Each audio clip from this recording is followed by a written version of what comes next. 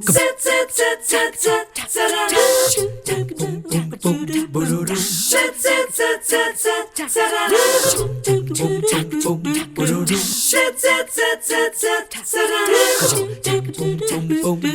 morning. So nice to begin the week with you. Always puts a smile on our face. I hope it does yours as well. As you know, if you watch our show on a regular basis, we have about 5 or 6 guests today who luckily for us get to come our way. And this morning, we're going to begin with something very optimistic for you, because if you're looking for a job, first of all, and you have a heart to give back to those who could really use some help, listen up. If you have a child in your life who is autistic, definitely listen up, because we're so happy this morning to have Jeff West and Morgan Sanford here. They are with Lighthouse Kids Centers for Autism, newly opened in Hickson, not even a year yet, and already expanding. So good to see you both. Thank you, Julie. Thank you for having us. This is, it's kind of interesting, I think, how you can see how things evolve.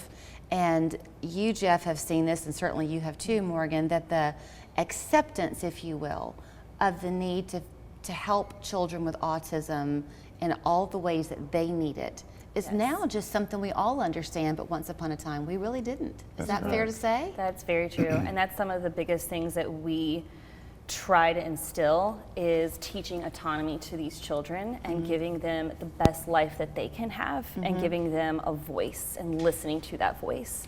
So okay, we can jump around in a lot of different ways, but first of all, let's set the stage for what you do at Lighthouse Center, because it's a little bit different. Sure. You want to start, Jeff? Sure. So we have one-on-one therapy provided by registered behavioral therapists, supervised by BCBAs who are master's degrees, like Morgan, and all supervised by Morgan, our chief clinical officer. So she can tell exactly what they do one-on-one.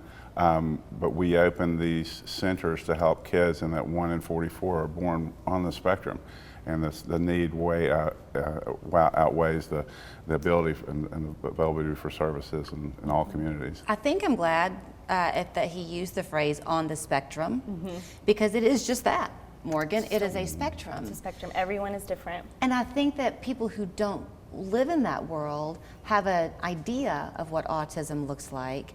And so if you have a child, even who has, I'm going to maybe say this the wrong way, a mild case, that might be the wrong way to say it, they might not realize even still what that child struggles through. But you do at Lighthouse. Yes. So At least what we do you hope to. So the one-on-one, is that part of what differentiates you? I think so. Most ABA is one-on-one, and it's basically having a tutor with you, one-on-one attention to help you with socialization skills, communication, coping skills, learning to express your wants and needs and your feelings appropriately. Okay. And at the BCBAs, they meet a child, they meet a family, and they individualize that program to that child to fit their individual needs. If you're watching and you're already in this walk, you probably know the vocabulary. I did not. So a BCBA is a board certified behavioral analyst. So if typically you see children 2 to 12. Typically. If your child is in school, he or she can come after school. You have a program. We have an amazing after school program. We work on social skills with kids in the same age group, and it is absolutely fun and amazing. Most of the children come every day, is that right? Most of them do. We try to individualize their schedule based on their needs and their availability. So we really have to look at the needs of the family. Is structure for a child with autism really comforting? It's very important for them, yes.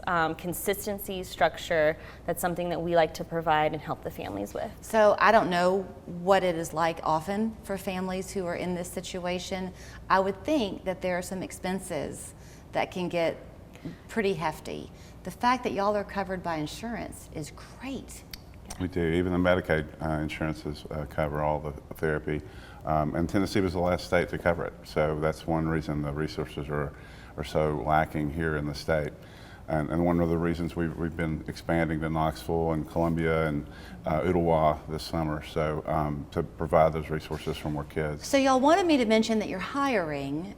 What does that look like? Who are you? What kind of people are you looking for, Jeff? So we're looking for RBTs. What does that mean? We train them registered behavioral therapists. Okay. We train them in-house. So anyone that has a nurturing personality that loves children, that's energetic, and can follow our culture of compassion and a real nurturing compassion would fit in perfectly. Okay, so the fact that you mentioned 1 in 44 children is born on the spectrum, if that's how we're going to say it, it could be an aunt of somebody who, right? It could be a mom that has children in school all day that wants to work with kids that aren't in the house anymore. Right. But a lot of times it's college kids that are studying psychology or child behavior and want to work around that type of environment too. Right. So we train them in-house. Some move from center to center, so we love to hire other RBTs that are already registered. Right. But it's a 30 or 45-day training program in-house, and they're paid while we train them. So we need about 30 more in Chattanooga. Because of your background, I have a couple of minutes left, but because of your background, I mean, I'm sure you're seeing children with different needs every time they walk in the door. Yes. And I'm guessing that there are some that walk in the door who other folks maybe have said, there's just nothing more we can do. You don't see it that way. We don't see it that way at all.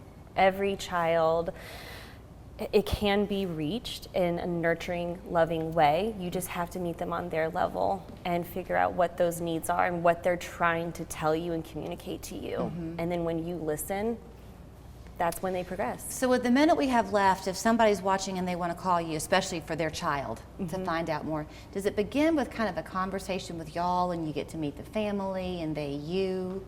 How does it start? Often it actually begins with their pediatrician. Okay. That's where you might start the process of learning that your child may have autism. If you already know that your child is on the spectrum, if you're seeking guidance or help, that's when you can just pick up the phone or email us, and that's when we're here to have that conversation and guide you in any way. You will take their hand We and will take guide their them hand. through. Okay, so here's the phone number. If you need their services, call them. If you would like to join their effort to help people, also call them. Lighthousekids.net is the website. You heard Jeff say this kind of quickly, so I'll say it more slowly. They opened in September. Hickson is the current location, but this summer they're opening up in Ottawa That's correct. and other places across Tennessee. Columbia, Knoxville. Okay, so get in while you can. Thank you both. Thanks for you. having us Thank very you. much.